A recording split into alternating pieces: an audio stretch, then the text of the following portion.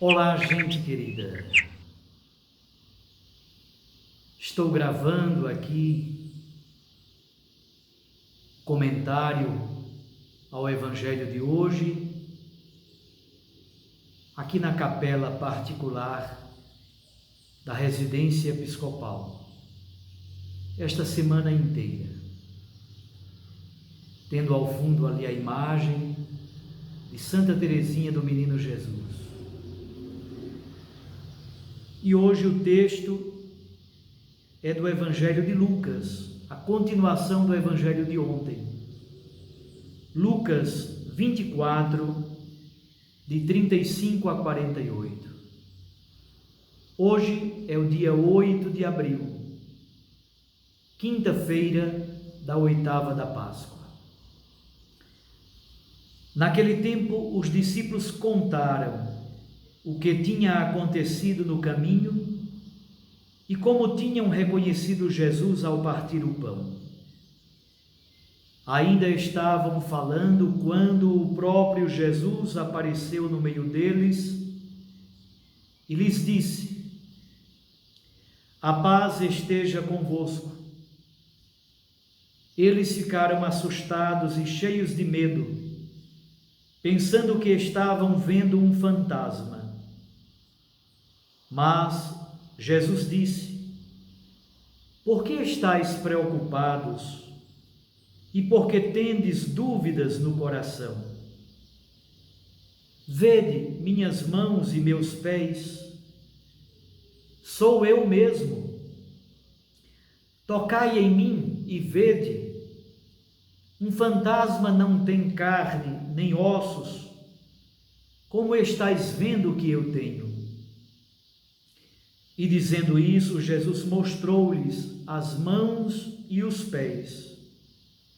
Mas eles ainda não podiam acreditar, porque estavam muito alegres e surpresos. Então Jesus disse: "Tendes aqui alguma coisa para comer?" Deram-lhe um pedaço de peixe assado. Ele o tomou, comeu diante deles. Depois disse-lhes: "São estas as coisas que vos falei quando ainda estava convosco. Era preciso que se cumprisse tudo o que está escrito sobre mim na lei de Moisés, nos profetas e nos salmos." Então Jesus abriu a inteligência dos discípulos para compreenderem as Escrituras. Ele lhes disse: "Assim está escrito: o Cristo sofrerá e ressuscitará dos mortos ao terceiro dia, e no seu nome serão anunciados a conversão e o perdão dos pecados a todas as nações, começando por Jerusalém. Vós sereis testemunhas de tudo isso." Palavra da salvação. Glória a vós, Senhor. Minhas irmãs e meus irmãos, ontem fizemos um esquema em 7 passos. Eu gostei do esquema de ontem, nos ajudou muito a compreender o texto bíblico, a narrativa da aparição aos discípulos de Emaús. Pois bem, hoje, novamente, eu gostaria de lhes propor 7 palavras, 7 passos para a compreensão do texto de hoje. Então, o contexto é a vinculação com o texto de ontem. Os discípulos de Emaús retornam correndo a Jerusalém e anunciam aos outros discípulos tudo aquilo que aconteceu no caminho de Emaús, como Jesus foi reconhecido no momento do partir o pão. Pois bem, enquanto eles estão falando, acontece então uma aparição do ressuscitado a todos os discípulos em Jerusalém. A primeira palavra para a compreensão desse texto belíssimo do Evangelho de Lucas, a primeira palavra é paz. Jesus entra no meio deles e diz: a paz esteja convosco. Um dos grandes dons do Cristo ressuscitado, um dom pascal, é exatamente o Shalom de Deus. A paz de Deus é transmitida como o primeiro dom pelo Cristo ressuscitado. A segunda palavra, fantasma. Não somente os discípulos de outrora, mas também nós, e aqui está o grande perigo para a igreja de todas as épocas, não percebermos a presença do ressuscitado e imaginar que Jesus é um fantasma, não perceber a força da ressurreição. Uma das grandes tentações nossas, uma das grandes tentações da igreja é exatamente imaginar que Jesus é um fantasma, que a ressurreição é inócua, que não tem força nenhuma, não há nenhuma mudança, não há nenhuma novidade. A força da ressurreição não tem nenhuma influência, nenhum impacto sobre nós e sobre a igreja. A terceira palavra, na verdade, é um binômio: mãos e pés. As mãos e os pés.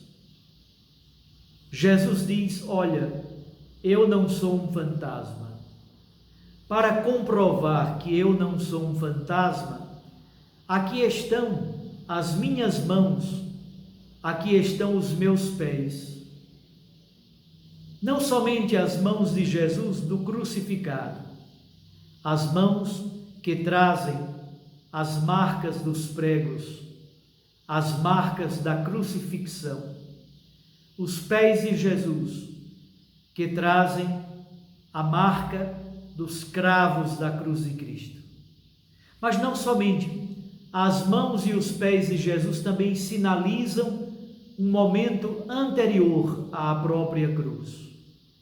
As mãos que curaram, as mãos que cuidaram, as mãos que celebraram a Eucaristia, as mãos que apontaram o caminho da vida, as mãos que acolheram, as mãos que perdoaram, os pés que caminharam pelas estradas empoeiradas da Galileia e da Judeia, os pés obedientes que trilharam o caminho de Deus e foram plenamente obedientes à voz do Pai.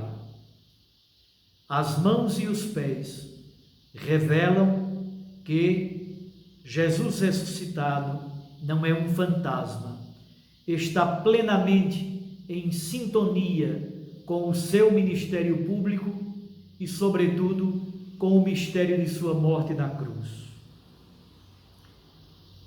A quarta palavra, comer. Tendes alguma coisa para comer? Jesus muitas vezes comeu com os seus discípulos. É bom não esquecer que o memorial fundamental que Jesus nos deixou, e ele disse: fazei isto em memória de mim. O memorial fundamental é uma refeição, é a Eucaristia, o pão fracionado, a taça de vinho compartilhada, o peixe assado, rasgado, simbolizam familiaridade, intimidade, proximidade. Se é verdade que aquele que punha a mão no prato com Jesus, foi ele quem o traiu. Não somente Judas o traiu, mas também Pedro e os outros discípulos. Por isso Jesus diz: aquele que põe a mão no prato me trai, me nega. De fato, nós somos próximos do Senhor, porque comemos com Ele. Agora, na força da ressurreição, comer juntos se torna novamente um sinal grandioso de intimidade, de familiaridade, de proximidade. A quinta palavra, a Escritura. Como é próprio do evangelista São Lucas, Jesus toma a Escritura e Lucas faz questão de colocar o detalhe: a lei de Moisés, os profetas e os salmos. Era preciso que tudo aquilo se cumprisse, aquilo que está na lei de Moisés, isto é, a Torá, nos profetas, isto é, os Neviim, e nos salmos, que simbolizam todos os escritos, os Ketuvim. Isto é, o Antigo Testamento inteiro tem somente um único tema, um único assunto: Jesus Cristo, o cumprimento fundamental da promessa. A sexta palavra, a inteligência da fé. Jesus abriu a inteligência dos discípulos. Não se trata simplesmente da capacidade cognitiva, da capacidade racional. Jesus nos abre verdadeiramente a inteligência da fé, para que nós acolhamos a sua santa palavra. E finalmente, a sétima palavra, o querigma. Como são belos estes últimos versículos, o versículo 46, o versículo 47 e o versículo 48.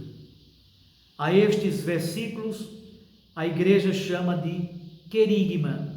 A palavra querigma significa o anúncio fundamental da igreja primitiva. E eu quero novamente ler para vocês a síntese do querigma. O Cristo sofrerá e ressuscitará dos mortos ao terceiro dia. No seu nome serão anunciados a conversão e o perdão dos pecados a todas as nações, começando por Jerusalém.